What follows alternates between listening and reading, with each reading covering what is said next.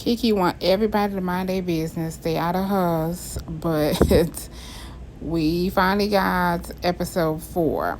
We're back at the spa, and we sit at the spa, and Stormy and Tiffany were still going at Kiki, basically telling her, you have to own the part, own what you said, own what you did at Melody's function. Basically, you just throwing your cousin under the bus like you've been doing. And Stormy made a great point. Like, that's your cousin. So if you felt like I said something wrong, you should have came at me and said, I'm wrong. That's my cousin. You're not going to go there. But I agree with both Tiffany and Stormy because Kiki was wrong. And again, she just needs to take accountability in the part that she played in it. And Mel was just sitting over there real quiet. When they start going back and forth, she got up and she was just like, okay, guys, I really have to go, in this soft voice. I guess she was saying something was wrong with her voice or whatever, but yeah. Anyways, she wanted to leave, so she left. And we moved on to the guys meeting up with Martell and swing at the batting cages. And at one point, Martell got a phone call. Phone was ringing, and he looked at it, and he was talking to Maurice at that point, and he looked at it, and he said, it's Sheree. Like, I hate the way he played down on Sheree. Like, oh, it's just Sheree. Like, the face that he made, like, that's just my friend, and that's just Sheree. Basically, I call her back when I can. It's not giving, oh, this is someone I'm serious about. This is someone that I'm really, really interested in pursuing. It's like he says one thing when he's out and about with everybody in the confessionals. He says something different, like, we're pursuing it. I'm looking to get married. Sometimes it's like, shut up, Martell. Just shut up. We know yours and Sheree's relationship is just, it's for hire, She's scratching your back, you scratching hers, and you get to be in 2 shows at one time, please. Ain't nobody falling for that mess.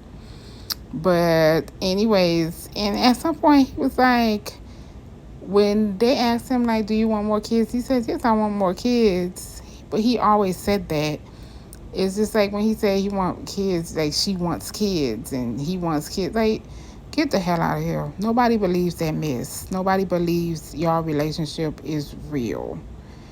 Anyway, we went, after that scene, they showed Maursau in his office that he used to share with Tisha.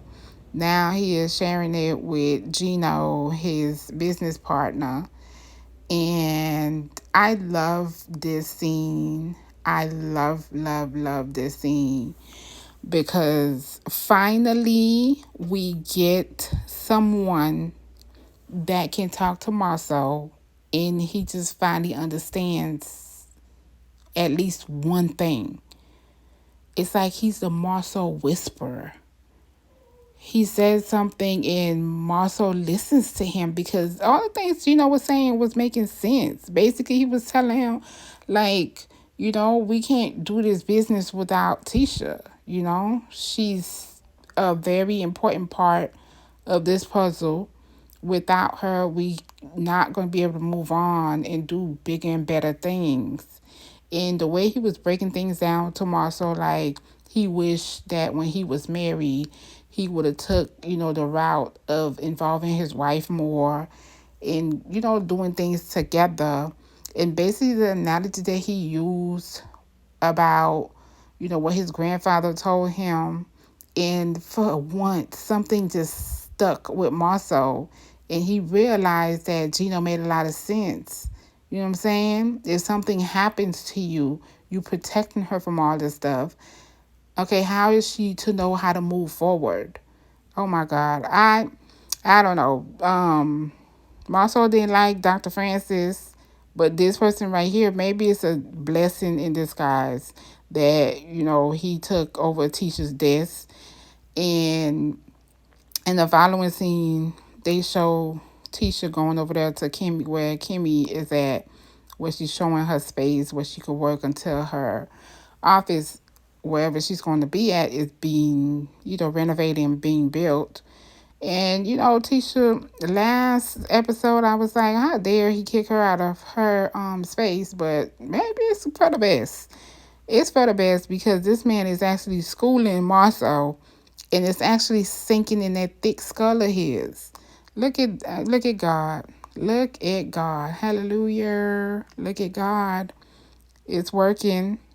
Let that man sit at your desk, teacher.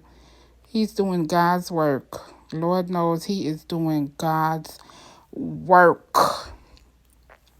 So that little scene where Tisha, Kimmy, and Melody was together, I didn't really get that scene. Maybe I didn't pay attention to it. But whatever, we're gonna skip over that. But towards the end, when Tisha and Maursau had their meeting about, the Black Business Expo, basically, aka the comeback group. The meeting, to me, it made some sense, but at some point, Mel was making some kind of point too, and Kimmy was making lots of sense. Basically, they just want to do some kind of like job fair situation, and everybody come out and talk about their jobs and how to influence the community. I get what they're trying to do, but Mel says she ain't working for free, and if there's something that they want to do, they just need to do it between them two, just Maursau and Tisha, not involving everybody else, because everybody want to get paid for their time, for being there and talking about their situation. But if it's like a networking situation, I don't see what you need to get paid for. Networking is really going to pay itself. So I guess we'll see the next episode about more about this Black Business Expo. But for right now, I don't know. It's not making any sense to me. So we'll see you in the next video. Please like and subscribe. Thank you for listening.